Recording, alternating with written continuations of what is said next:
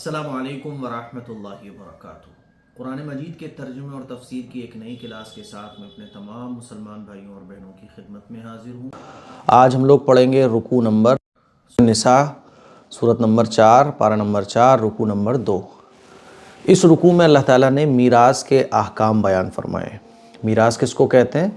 یعنی جب کسی کا انتقال ہو جاتا ہے تو مرنے والا اپنے پیچھے جو زمین جائیداد مال و دولت چھوڑ جاتا ہے تو اس کی جو زمین جائیداد مال و دولت ہوتی ہے وہ اس کے وارثوں میں تقسیم ہو جاتی ہے۔ تو کس وارث کو کتنا ملے گا اس کو اللہ تعالیٰ نے بیان فرمایا ہے اس رکوع میں، اور 3 صورتیں بیان فرمائی ہیں۔ پہلا اولاد کو، یعنی مردوں اور عورتوں کا کتنا حصہ ہے، تو لڑکے لڑکیاں، اولاد اگر ہماری ہے، مان لیجیے مرنے والے کی کوئی اولاد ہے تو ان کو کتنا ملے گا، لڑکے لڑکیوں میں لڑکوں کا حصہ کتنا ہوگا، لڑکیوں کا کتنا ہوگا۔ اگلی اور بیچ میں اللہ تعالیٰ نے دوسری صورت والدین کی بیان فرمائی کہ مرنے والا جب اس دنیا سے چلا جاتا ہے تو اس کے والدین کو کتنا ملے گا۔ تیسری صورت میاں بیوی کی بیان فرمائی کہ اگر شوہر کا انتقال ہو جائے تو بیوی کا کتنا ہوگا، بیوی کا انتقال ہو جائے تو شوہر کا کتنا ہوگا۔ ٹھیک ہے، تو آئیے سمجھتے ہیں۔ اعوذ باللہ من الشیطان الرجیم، بسم اللہ الرحمن الرحیم۔ یوصیکم اللہ فی اولادکم، اللہ تم لوگوں کو تمہاری اولاد کے بارے میں حکم دیتے ہیں۔ کیا حکم دیتے ہیں؟ للذکر مثل حظ الانثیین، ایک مرد کا حصہ 2 عورتوں کے حصے کے برابر ہوگا، ہے نا۔ کیوں ہوگا وہ بھی میں بتاؤں گا۔ اس لیے ہوگا کیونکہ آپ دیکھیں مردوں کے اوپر ذمہ داریاں زیادہ ہوتی ہیں، مردوں کے اوپر گھر کی ذمہ داریاں، باہر کی ذمہ داریاں۔ دیکھیے اگر کوئی لڑکی ہے تو باپ پر ذمہ داری ہے، باپ نہیں ہے تو بھائی پر ذمہ داری ہے، کسی کی اگر بیوی ہے تو شوہر پر ذمہ داری ہے۔ تو انہی ذمہ داریوں کے پیش نظر مردوں کا حصہ ڈبل رکھا ہے شریعت نے، ٹھیک ہے۔ فَإِن كُنَّ نِسَاءً فَوْقَ اثْنَتَيْنِ فَلَهُنَّ ثُلُثَا مَا تَرَكَ۔ اب مان لیجیے کسی کا انتقال ہوا اور اس کی اولاد میں کون ہے؟ لڑکیاں ہی لڑکیاں ہیں، تو کیا ہوگا؟ تو اللہ تعالیٰ بیان فرما رہا ہے پھر اگر صرف عورتیں ہی 2 سے زیادہ ہوں، 2 ہوں یا 2 سے زیادہ ہوں، تو متروکہ کا 2/3 ان کا حق ہے۔ متروکہ کس کو کہا جاتا ہے؟ یہ متروکہ لفظ بہت آئے گا، یعنی جو بھی مال مرنے والا اپنے پیچھے چھوڑتا ہے اس کو متروکہ کہا جاتا ہے۔ یعنی وہ مال، زمین جائیداد جو مرنے والے کی تھی، مرنے والا اپنے پیچھے چھوڑ گیا، تو اللہ فرماتا ہے پھر اگر صرف عورتیں ہی ہوں 2 سے زیادہ تو متروکہ کا 2/3 ان کا حق ہے۔ عورتیں، مرد ہے ہی نہیں کوئی، تو 2/3 ان کا حق ہے، ٹھیک ہے۔ وَإِن كَانَتْ وَاحِدَةً فَلَهَا النِّصْفُ، اور اگر ایک ہی ہوں تو متروکہ کا آدھا، ہے نا۔ تو متروکہ کا آدھا، یعنی جتنا بھی مال چھوڑا ہے آدھا وہ عورت لڑکی کو مل جائے گا۔ تو یہاں تک تو اللہ تعالیٰ نے مرد اور عورت کے حصے کو بیان فرمایا کہ مرد کو عورت کا ڈبل ملے گا، اور اگر کسی مرنے والے نے اپنے پیچھے لڑکیاں ہی لڑکیاں چھوڑی ہیں اور وہ لڑکیاں 2 یا 2 سے زیادہ ہیں تو متروکہ کا 2/3 ان کا حق ہے، ٹھیک ہے۔ اس میں اصول بیان فرمائے ہیں اللہ تعالیٰ نے، انہی اصول کی روشنی میں اور احادیث مبارکہ میں جو احکام بیان کیے گئے ہیں سب کو ملا کر پھر فقہا نے مسائل نکالے ہیں۔ تو اسی لیے جب بھی کوئی میراث کے سلسلے میں کوئی مسئلہ معلوم کرنا ہو تو آپ پورا مسئلہ پیپر پر لکھو، اور پیپر پر لکھنے کے بعد اپنے علماء سے معلوم کرو، کیونکہ کسی کے بھی گھٹنے بڑھنے سے مسئلے کی صورت بدل جائے گی۔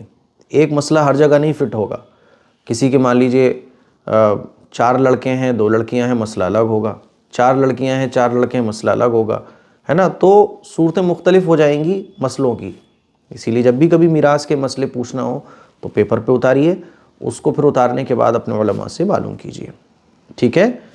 چلیے، تو یہاں تک لڑکے لڑکیوں کے احکام، مرد عورتوں کے احکام بیان فرمایا اللہ تعالیٰ نے۔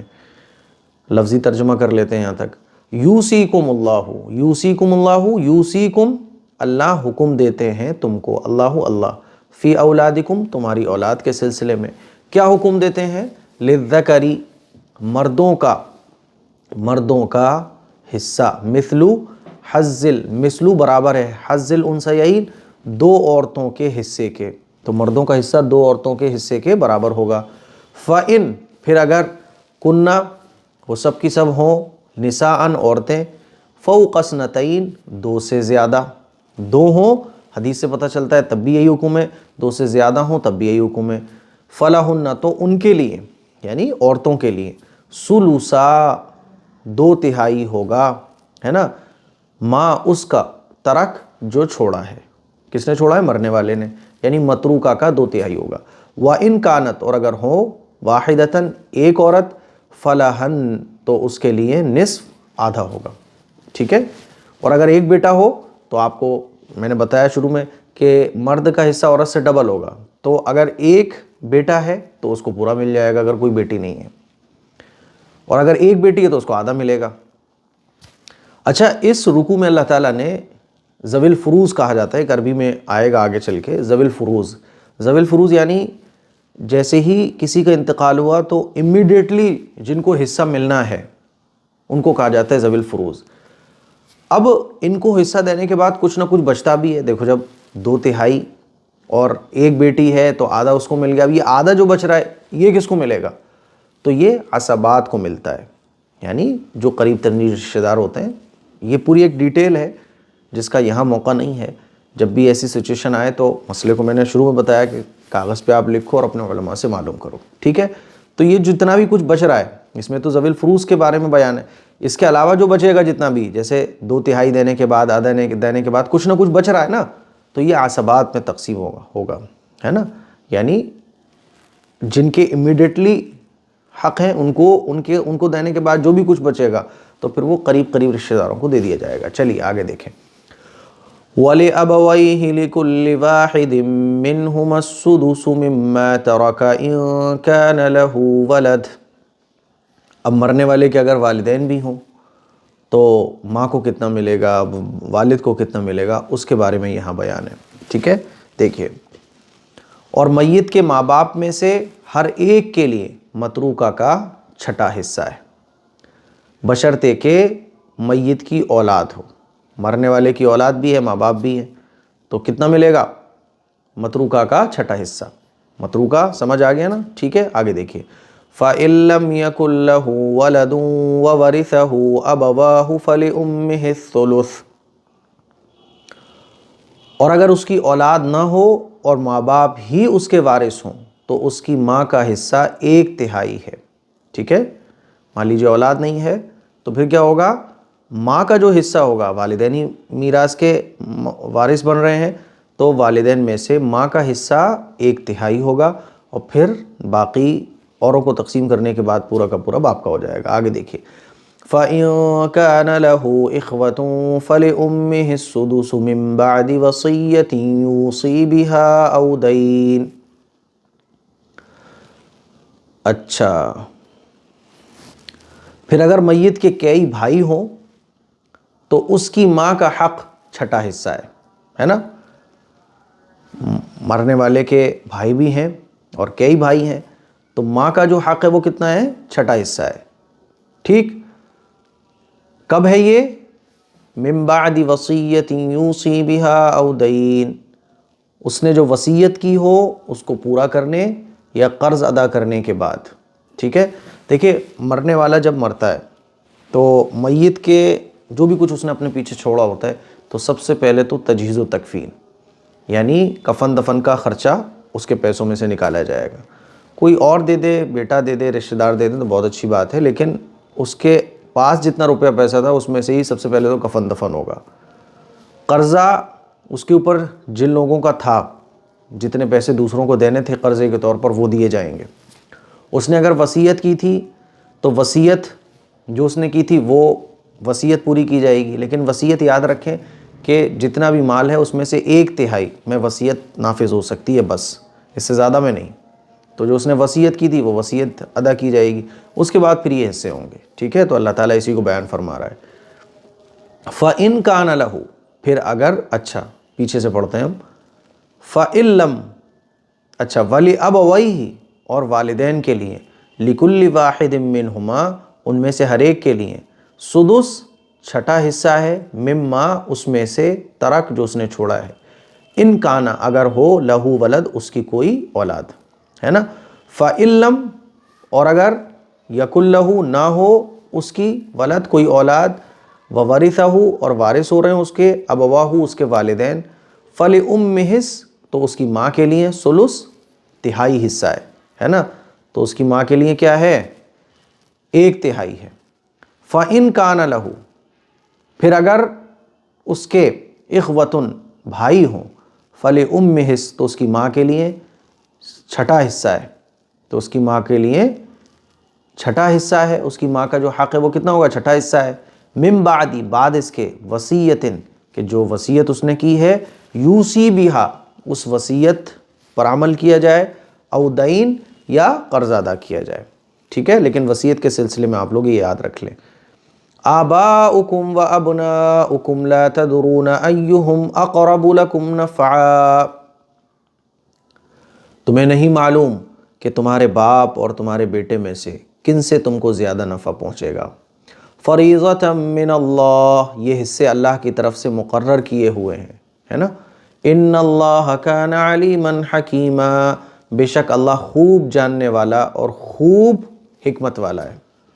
بھائی آپ کے ذہن میں آ سکتا ہے کہ ارے بیٹے کو زیادہ ملنا چاہیے تھا یا باپ کو زیادہ ملنا چاہیے تھا، یا مرنے والے نے جو وصیت کی تھی تو اللہ نے ایک حدود حد لگا دی کہ نہیں وصیت جو نافذ ہوگی وہ 1/3 میں ہوگی بس، تو حالانکہ مرنے والا یہ چاہ رہا تھا میرا اماؤنٹ سارا کا سارا اس کو مل جائے، تو اللہ تعالیٰ فرما رہا ہے کہ دیکھو میں تمہارا بنانے والا ہوں۔ جیسے ڈاکٹر مریض کے لیے زیادہ سمجھتا ہے کہ مریض کو کس چیز کی ضرورت ہے، لیکن مریض ہی خود کہنے لگے ڈاکٹر صاحب مجھے تو یہ کھانا چاہیے تھا اس موقع پر، کچھ لوگ ہوتے ہیں نا خود ہی ڈاکٹر بن رہے ہوتے ہیں، ڈاکٹر کی باتوں میں کمیاں نکال رہے ہوتے ہیں، تو بے وقوف کا کہلائے گا وہ۔ اسی طرح سے اللہ ہم سب کو بنانے والا ہے، تو اللہ جتنا ہمارے حق میں بہتر جانتا ہے ہم خود بھی اپنے بارے میں نہیں جانتے، جیسے مریض اپنے بارے میں نہیں فیصلہ کر سکتا، ایسے ہی انسان بھی ہمیں کیا دنیا میں کرنا ہے کیا نہیں کرنا، اس بارے میں اللہ نے جو احکام بیان فرمائے اس سے بہترین انسان اپنے بارے میں کچھ فیصلہ کر ہی نہیں سکتا، سمجھ رہے ہو؟ اللہ نے جو کہا ہے اس سے بہتر کچھ ہے ہی نہیں، تو اللہ تعالیٰ بیان فرما رہا ہے کہ اللہ ہی علم والا ہے اور حکمت والا ہے۔ آباؤکم تمہارے والدین میں ہے نا، تمہارے باپ اور بیٹے میں، تمہارے باپ میں، و ابناؤکم اور تمہارے بیٹے میں، لا تدرون تم نہیں جانتے، ایہم کہ ان میں سے کون، اقرب زیادہ قریب ہے، لکم تمہارے، نفع کے طور پر۔ الحمدللہ ٹھیک آئے تو الحمدللہ کہنا چاہیے، ہے نا، اور آپ لوگوں کو الحمدللہ کے جواب میں یرحمک اللہ کہنا چاہیے، ٹھیک ہے۔ چلیے، تو اللہ فرما رہا ہے کہ اللہ زیادہ جانتا ہے کہ تمہارے باپ اور بیٹوں میں کن سے تم کو زیادہ نفع پہنچے گا، فریضۃً یہ جو اللہ تعالیٰ نے حصے مقرر فرمائے ہیں، من اللہ یہ اللہ کی طرف سے ہیں، ان اللہ بے شک اللہ کان علیما علم والا ہے، حکیمہ اور حکمت والا ہے۔ آگے دیکھیے، اب ان آیتوں میں جس کا ہم ترجمہ کرنے جا رہے ہیں، ان آیتوں میں اللہ تعالیٰ نے میاں بیوی کے احکام بیان فرمائے ہیں، ٹھیک ہے، کہ اگر شوہر کا انتقال ہو جائے تو بیوی کو کتنا ملے گا، بیوی کا انتقال ہو جائے تو شوہر کو کتنا ملے گا۔ وَلَكُمْ نِصْفُ مَا تَرَكَ أَزْوَاجُكُمْ إِن لَّمْ يَكُن لَّهُنَّ وَلَدٌ اور تمہاری بیویوں نے جو چھوڑا ہو اگر وہ صاحب اولاد نہ ہو تو تمہارے لیے اس کا آدھا ہے، ٹھیک ہے۔ فَإِن كَانَ لَهُنَّ وَلَدٌ فَلَكُمُ الرُّبُعُ مِمَّا تَرَكْنَ مِن بَعْدِ وَصِيَّةٍ يُوصِينَ بِهَا أَوْ دَيْنٍ اور اگر وہ صاحب اولاد ہو تو تمہارے لیے ان کے متروکہ کا 1/4 حصہ ہے نا، ہاں اگر انہوں نے وصیت کی ہو یا ان پر قرض ہو تو اس کی ادائیگی کے بعد یہ حصہ ہے۔ میں نے شروع میں بتایا تھا آپ لوگوں کو کہ سب سے پہلے تجویز و تکفین، اس کے بعد قرضہ اور اس کے بعد پھر وصیت، اور وصیت بھی جتنا بھی مال ہے اس میں 1/3 وصیت۔ وصیت کیا کہتے ہیں، کس کو کہتے ہیں؟ مرنے والے نے یہ کہا کہ جب میں مر جاؤں تو میرے پیسوں میں سے آدھا اس کو دے دینا. تو پہلے تو وصیت ان لوگوں کے بارے میں جن کے شریعت نے حصے مقرر فرمائے، جیسے بیٹا ہے، بیٹی ہے، ان کے بارے میں تو وصیت نافذ ہی نہیں ہوگی. جو اور رشتہ دار ہیں یا کوئی اور باہر کا آدمی اس کے بارے میں وصیت کی تو وصیت نافذ ہو جائے گی، لیکن وہ بھی 1/3 میں. ٹھیک ہے. تو اللہ تعالیٰ بیان فرما رہا ہے کہ تمہاری بیویوں نے جو کچھ چھوڑا ہو، اگر اولاد نہیں ہے تو اس کا آدھا ہے، بیوی نے جو کچھ چھوڑا ہے اس کا آدھا تمہیں ملے گا. اور اگر اولاد ہے تمہاری اور بیوی کا انتقال ہو گیا تو پھر 1/4 حصہ ہے نا. اور یہ کب ہے؟ وصیت اور قرض ادا کرنے کے بعد. وَلَكُمْ، اور تمہارے لیے، نصف، اس کا آدھا ہے، ترک، جو اس نے چھوڑا ہے. کس نے چھوڑا ہے؟ ازواجکم، تمہاری بیویوں نے. علم، اگر نہ ہو، یکل لہن، ان کے، ولد، کوئی اولاد. فَإِن كَانَ، پھر اگر ہو، لہن، ان کے، ولد، کوئی اولاد. فَلَكُمُ الرُّبُعُ، فَلَكُمْ، تو تمہارے لیے، ربع، چوتھائی ہے، مما ترکنا، متروکہ مال میں سے. ٹھیک. مما، اس میں سے، ترکنا، جو انہوں نے چھوڑا ہے.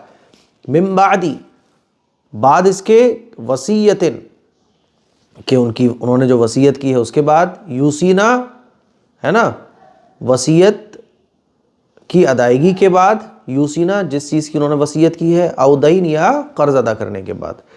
وَلَهُنَّ الرُّبُعُ مِمَّا تَرَكْتُمْ إِن لَّمْ يَكُن لَّكُمْ وَلَدٌ، ہے نا. وَلَهُنَّ الرُّبُعُ مِمَّا تَرَكْتُمْ إِن لَّمْ يَكُن لَّكُمْ وَلَدٌ. اور اگر تمہاری اولاد نہ ہو تو عورتوں کے لیے تمہارے متروکہ کا 1/4 ہے. یہ آپ کو پتہ ہے، میں نے شروع میں بتایا تھا کہ عورت کا حصہ مرد کے مقابلے میں آدھا ہوگا، مرد کا حصہ عورت کے مقابلے میں ڈبل ہوگا. تو بیوی کا انتقال ہو تو شوہر کو کتنا ملے گا؟ اوپر بیان ہو گیا. تو ظاہر سی بات ہے شوہر کو جو مل رہا ہے اس کا آدھا ملے گا عورت کو. تو اب شوہر کا انتقال ہو گیا اور بیوی بھی ہے، بچے بھی ہیں، تو کیا حکم ہوگا؟ اللہ تعالیٰ اس کو بیان فرما رہا ہے. اور اگر تمہاری اولاد نہ ہو تو اگر تمہاری اولاد نہ ہو تو عورتوں کے لیے تمہارے متروکہ کا 1/4 حصہ ہے. ٹھیک ہے. فَإِن كَانَ لَكُمْ وَلَدٌ فَلَهُنَّ الثُّمُنُ مِمَّا تَرَكْتُم مِّن بَعْدِ وَصِيَّةٍ تُوصُونَ بِهَا أَوْ دَيْنٍ، اور اگر تم صاحب اولاد ہو تو وہ تمہارے متروکہ کے 8ویں حصے کی حقدار ہیں. اور اگر تم کوئی وصیت کر جاؤ یا تمہارے اوپر کوئی قرضہ ہو تو اس کی ادائیگی کے بعد یہ حصے ہیں. کلیئر ہے نا؟ اب لفظی ترجمہ کر لو آپ. وَلَهُنَّ، اور عورتوں کے لیے، ربع، 1/4 حصہ ہے، مما، اس میں سے، ترکتم، جو تم چھوڑ گئے اپنے پیچھے. علم، یہ کب ہے؟ علم، اگر نہ ہو، یکن لکم، تمہاری، ولدن، کوئی اولاد. فَإِن كَانَ، پھر اگر ہو، لکم، تمہاری، ولدن، کوئی اولاد، فَلَهُنَّ، تو تمہاری ان عورتوں کے لیے، ثمن، 8واں حصہ ہے، مما ترکتم، جو تم نے چھوڑا ہے. من بعد، یہ کب ہے؟ بعد اس کے، وصیتن، کہ کوئی وصیت، توصون بہا، جو وصیت تم نے کی ہے اس وصیت کی ادائیگی کے بعد، او دین، یا قرضہ ہے تو اس کی ادائیگی کے بعد. اب آگے حکم بیان ہو رہا ہے.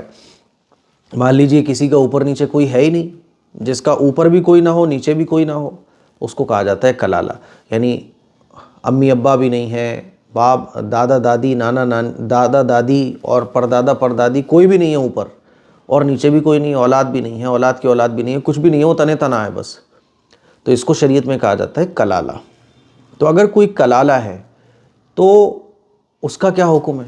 اب اس کے تو، اچھا، اس کا کوئی بھائی بہن بھی نہیں ہے تو حکم کیا ہوگا؟ خاص طور پر یہ جو اس میں مسئلہ بیان کیا گیا ہے آیت میں، وہ ہے اخیافی بھائی بہن کا مسئلہ ہے. اخیافی کہتے ہیں ماں شریک، یعنی کوئی عورت ہے تو اس کے پہلے شوہر سے کچھ بچے تھے، پھر اس نے جو ہے نا دوسرا نکاح کیا پہلے شوہر کے انتقال کے بعد، دوسرے شوہر سے اس کے کچھ بچے ہو گئے، تو یہ دونوں، اس والے ہسبینڈ کے اور اس والے ہسبینڈ کے جو بچے ہوں گے وہ کیا کہلائیں گے؟ اخیافی بھائی بہن کہلائیں گے. تو یہاں کلالہ کا حکم بیان ہو رہا ہے. کلالہ سمجھ گئے کس کو کہا جاتا ہے؟ چلیے دیکھیے. وَإِن كَانَ رَجُلٌ يُورَثُ كَلَالَةً أَوِ امْرَأَةٌ وَلَهُ أَخٌ أَوْ أُخْتٌ فَلِكُلِّ وَاحِدٍ مِّنْهُمَا السُّدُسُ، اور اگر کسی مرد یا عورت کا نہ بیٹا ہو اور نہ باپ، ہے نا، کسی مرد یا عورت کا نہ بیٹا ہو نہ باپ، اور اس کو ایک بھائی یا ایک بہن ہو تو دونوں میں سے ہر ایک کا چھٹا حصہ ہے۔ کلیئر ہے نا؟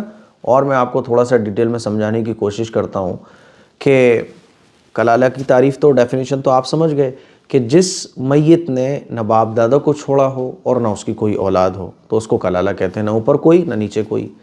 ایسے شخص کی میراث کا حکم اس آیت میں بیان کیا جا رہا ہے کہ اگر ماں شریک بھائی یا ایک ماں شریک بہن اس کی وارث ہوں، ٹھیک ہے، مان لیجیے کسی کا انتقال ہوا، اس کا اوپر نیچے کوئی نہیں ہے، ہاں ماں شریک بھائی ہے یا ماں شریک بہن ہے، تو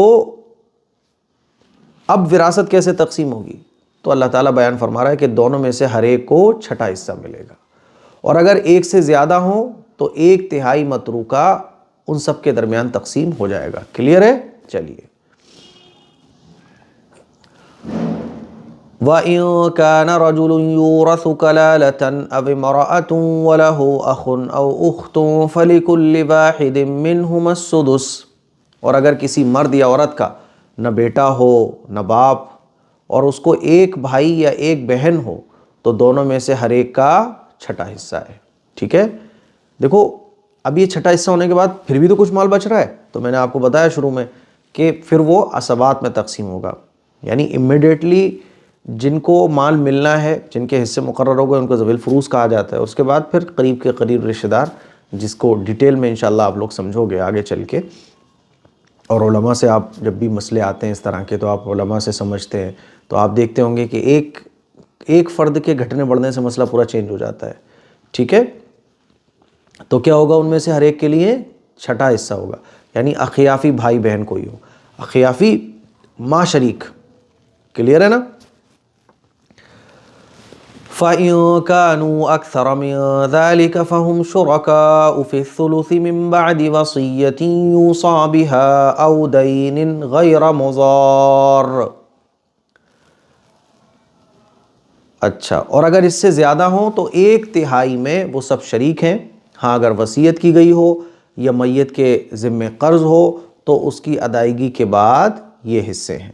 ٹھیک ہے، غیر مضار اس کا مطلب کیا ہے کہ وصیت کرنے والا یا قرض کا اقرار کرنے والا ورثہ کو نقصان نہ پہنچائے، یعنی ایسا نہ ہو کہ مرنے والے نے ورثہ کس کو کہتے ہیں؟ یعنی جن کو مرنے والے کے جو ایسے رشتہ دار، جیسے بیٹا ہے نا، بیٹی ہے، بیوی ہے، تو مرنے والے کے بعد مرنے والے کی زمین جائیداد پر جن لوگوں کا حق شریعت نے بیان کیا ہے ان کو کہا جاتا ہے ورثہ، ہے نا؟ ہوتا ہے نا، اولاد باپ کے مرنے کے بعد ہوتا ہے، اولاد کہتی ہے میرا اتنا حصہ، میرا اتنا حصہ۔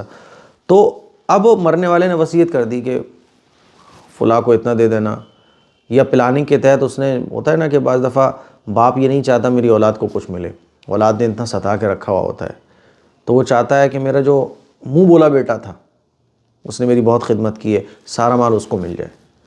تو اللہ تعالیٰ فرما رہا ہے غیر مضار، کہ ورثہ کو نقصان پہنچانا مقصد نہ ہو۔ ایسا نہ ہو کہ تم ساری وصیت ہی کر ڈالو، یا کسی کا قرضہ تمہارے اوپر نہیں تھا پھر بھی تم نے جان کر کہا کہ سارا میرے اوپر اتنا قرضہ ہے، سارا مال اس کو دے دیا جائے۔ تو اللہ فرما رہا ہے غیر مضار، کہ وصیت کرنے والا یا قرض کا اقرار کرنے والا ورثہ کو نقصان نہ پہنچائے۔ وصیۃ من اللہ، یہ سب کے سب حکم جو ہیں کس کی طرف سے؟ اللہ کی طرف سے ہیں۔ واللہ علیم حکیم، اور اللہ خوب آگاہ بھی ہے اور بردبار بھی ہے، یعنی اللہ خوب جاننے والا بھی ہے اور بردبار بھی ہے۔ ٹھیک ہے، لفظی ترجمہ کریے اب۔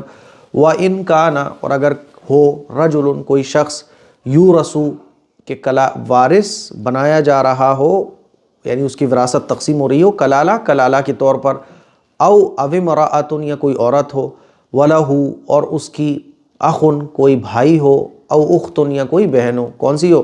دودھ اخیافی، یعنی دودھ ماں شریک۔ فَلِكُلِّ تو ہر ایک کے لیے، واحد منہما ان دونوں میں سے، سدس چھٹا حصہ ہے۔